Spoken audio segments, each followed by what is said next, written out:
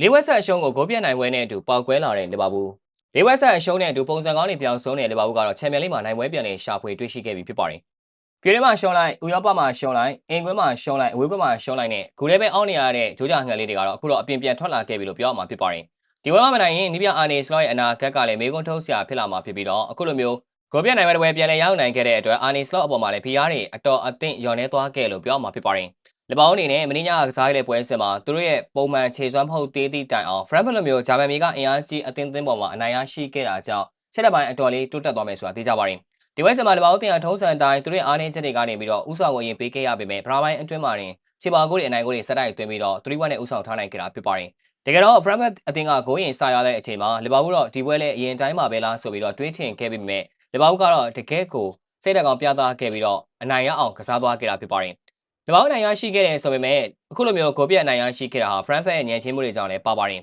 ။ဒါအပြင်လီဗာပူးအသင်းရဲ့ဒီပရိသတ်တွေမြင်နေကြတဲ့ဆာလာကိုပွဲထွက်လူစင်းကနေပြီးတော့ခိတချန်လက်တာမျိုးလဲစတော့ကဒီပွဲမှာလှုပ်သွားခဲ့တာဖြစ်ပါတယ်။အထူးသဖြင့်လီဗာပူးရဲ့တိုင်းစစ်ပိုင်းမှာဆာလာထက်ဆိုင် EKD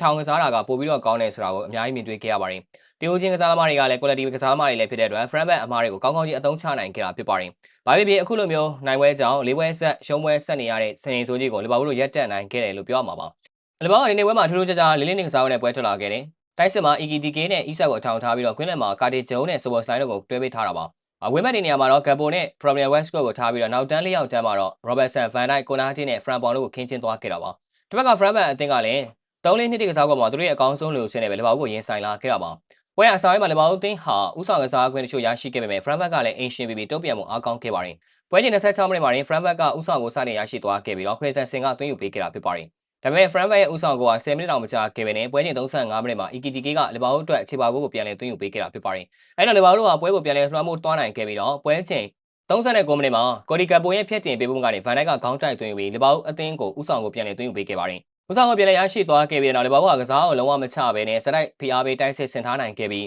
ပွဲချိန်44မိနစ်မှာတော့ Soboslai ရဲ့ဖျက်တင်ပေးမှုကနေ Ibrahima Konate ကလီဗာပူးအသင်းအတွက်နောက်ထပ်ဥဆောင်တို့ကိုထပ်မံသွင်းယူပေးခဲ့တာဖြစ်ပါတယ်။အဲ့တော့ဒုတိယပိုင်းမှာတော့လီဗာပူးအသင်းဟာ Isak ရဲ့နေရာမှာခြေစာကိုထည့်သွင်းခဲ့တယ်လို့ဆာလာလည်းဝင်ရောက်လာခဲ့တာကိုမြင်တွေ့ခဲ့ရပါတယ်။ပွဲချိန်66မိနစ်မှာတော့ Florian Wirtz ရဲ့ဖန်တီးပေးမှုကနေကိုဒီကပ်ပိုကလီဗာပူးအသင်းအတွက်၄ဂိုးမြောက်သွင်းကိုသွင်းယူပေးခဲ့တာဖြစ်ပါတယ်။သိမကြပါဘူး၄မိနစ်ကြာမှာပဲ Florian Wirtz ကထပ်မံဖန်တီးပေးမှုကနေ Dominic Szoboszlai ကနောက်ထပ်သွင်းကိုထပ်မံသွင်းယူခဲ့ပြီးလီဗာပူးအသင်းတို့5-1နဲ့အနိုင်ရရှိခဲ့တာဖြစ်ပါတယ်။ဒီပွဲမှာအမားတွေများခဲ့တဲ့ဒီနောက်တန်းအခန့်အဆင့်အတွဲဖြစ်တဲ့ Van Dijk နဲ့ Ibrahima Konate ကလည်းဂိုးတွေသွင်းနိုင်ခဲ့သလိုနောက်ဆုံး10ပွဲဆက်အသင်းနဲ့ပတ်သက်ပြီးဂိုးပါဝင်ပတ်သက်မှုရှိတဲ့ဒီဂျာမန်ကွင်းလယ်ကျဲဝင် Florian Wirtz ကလည်းဂိုးဖန်တီးမှု2ချိန်ပြုလုပ်နိုင်ခဲ့တာကြောင့်လီဗာပူးပရိသတ်တွေအတွက်ကတော့အများကြီးအပေါင်းခဏဆောင်ခဲ့တဲ့ရလဒ်ဖြစ်ခဲ့လို့ပြောရမှာဖြစ်ပါတယ်။ဒါအပြင်နောက်ပွဲမှာလီဗာပူးအသင်းက Brentford ကို Premier League မှာဝေးကွင်းသွားရောက်ကစားရမှာဖြစ်တဲ့အတွက်တော်တော်လေးလိုပြင်ဆင်ထားရအောင်ပါ။ Brentford က Frankfurt လောက်တော့လွယ်ကူနေမှာမဟုတ်ပါဘူး။လီဗာပူးအနေနဲ့ Brentford ကို United အတိုင်းသွားကစားမယ်ဆိုရင်တော့နောက်ထပ်ရှုံးပွဲတစ်ပွဲထပ်မံကြုံတွေ့သွားရွယ်ရှိနေပါတယ်